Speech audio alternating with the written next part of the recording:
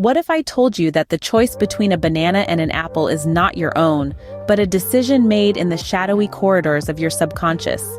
A question that might seem absurd at first, yet it anchors the ship of our exploration today. We are diving into the concept of free will, a concept as slippery as a banana peel, and as hard to bite into as a fresh apple. Let's set the stage with a familiar scenario. You are in your kitchen, faced with the choice between a banana and an apple. You reach out, pick up the banana, and in that moment you feel in control, the master of your own decisions. But here's the catch. This decision, the choice you so proudly made, was decided in the depths of your subconscious, a full 300 milliseconds before you consciously made it. You are not the magician in this grand illusion of free will, but the audience, applauding at a trick you didn't even know was being performed. This revelation is not a product of a magic show, but of science. A man named Benjamin Libet was the pioneer behind this eerie discovery. Through a series of experiments, he showed us that our brains are the true puppeteers pulling our strings, making our decisions before we're even aware of them. We, in essence, are marionettes, dancing to a tune we can't hear, orchestrated by our own minds. As we grapple with this illusionist prestige, we may feel a sense of disorientation. It's like realizing the magic trick was not magic at all, but a well-executed illusion. Can we truly call our choices our own if they are predetermined by our subconscious? Is our belief in free will nothing but a comforting illusion?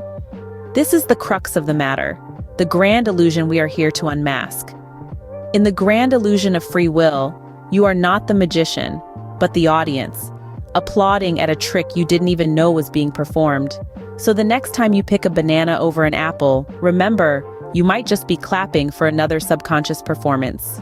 Imagine if scientists could predict your preference for a banana over an apple, seconds before you even realize it.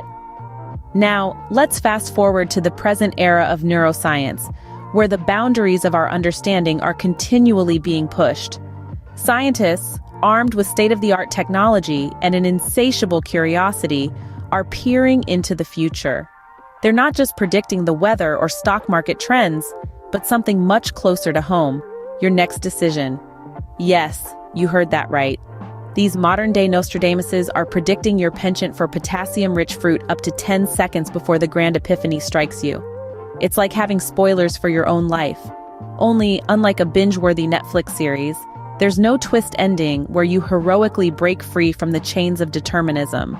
Instead, you find yourself stuck in a rerun, choosing the banana again and again, seemingly trapped in a pre-written script. It's a Fruit Loop of cosmic proportions.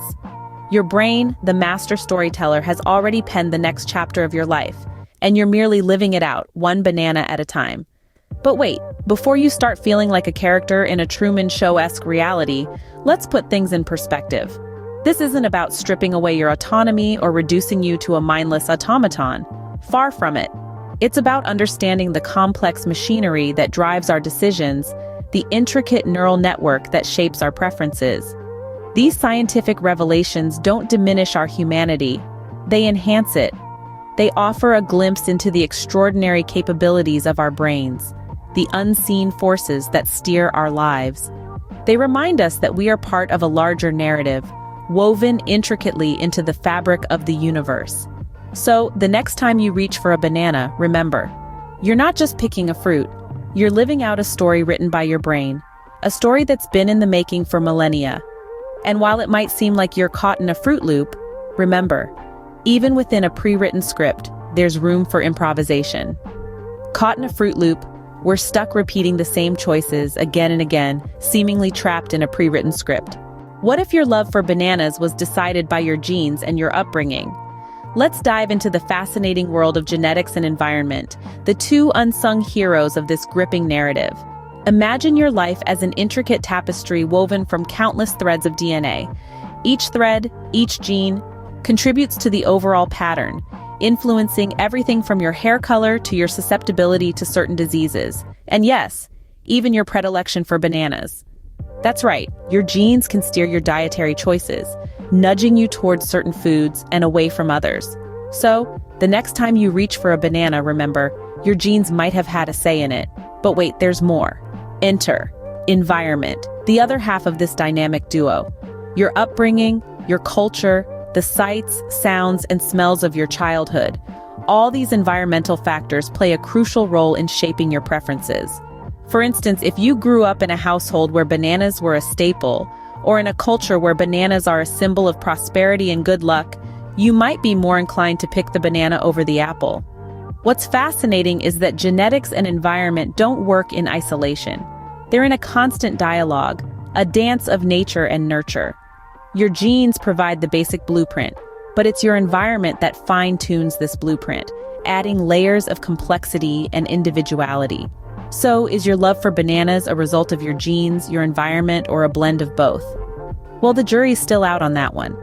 What we do know is that our preferences, our decisions, and our very identities are shaped by this intricate interplay of genetics and environment. Our life script, it seems, was written even before we took our first breath.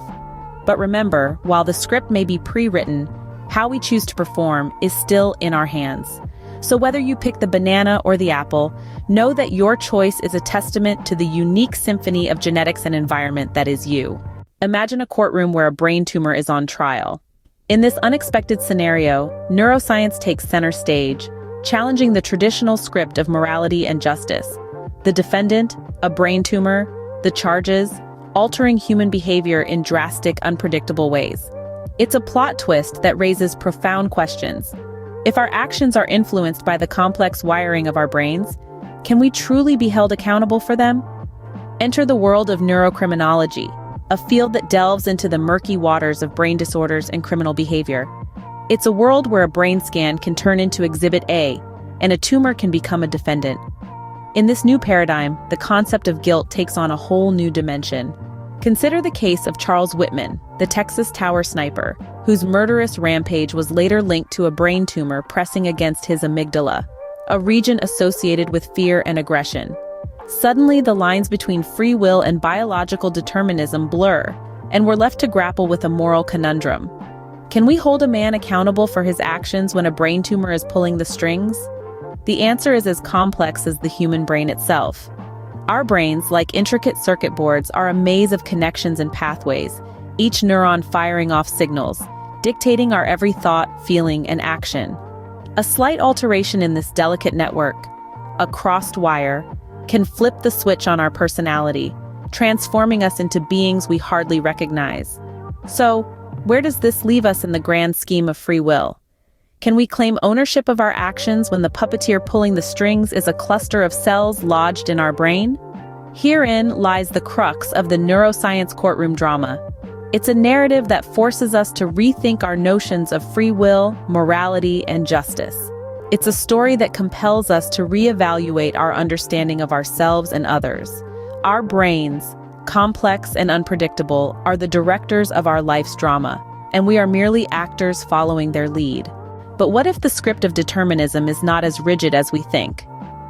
Enter the concept of improvisation. While determinism may seem like an unyielding director, dictating our every move, there is room for interpretation. Yes, our genetic and environmental scripts play a significant role, but they are not the be-all and end-all. Imagine a jazz musician flowing through a set piece. The composition provides the framework, but the musician has the freedom to improvise within that structure. This is the dance we perform with determinism. We can't change the tune, but we can play it with our own rhythm, our own style. This is not to say that we can defy gravity or rewrite the laws of physics. But within the constraints of our unique circumstances, we can still put on a show that's uniquely ours. And so, in the face of determinism, we find our freedom. The performance is ours to interpret, to bring to life with our unique flair. As we conclude our exploration of free will, let's leave you with a thought. Imagine life as an improvisational theater, where the script is influenced by our genetic and environmental constraints. Each day, we navigate through this cosmic drama, responding to cues, creating plot twists, and delivering surprise endings. Our choices, seemingly mundane yet profoundly significant, are akin to the spontaneous ad-libs of an improv actor. They are influenced by a multitude of unseen forces, and yet, they're ours. This doesn't rob us of our autonomy, but rather highlights the beauty of our individual interpretations within the grand narrative. So the next time you're faced with the banana-apple conundrum, remember this. In the grand, unfathomable play that is existence, your choices are both the punchline and the plot twist. They are your ad-libs, your plot twists, your surprise endings. Your choices are your unique interpretation of this cosmic script, and they are absolutely, undeniably yours.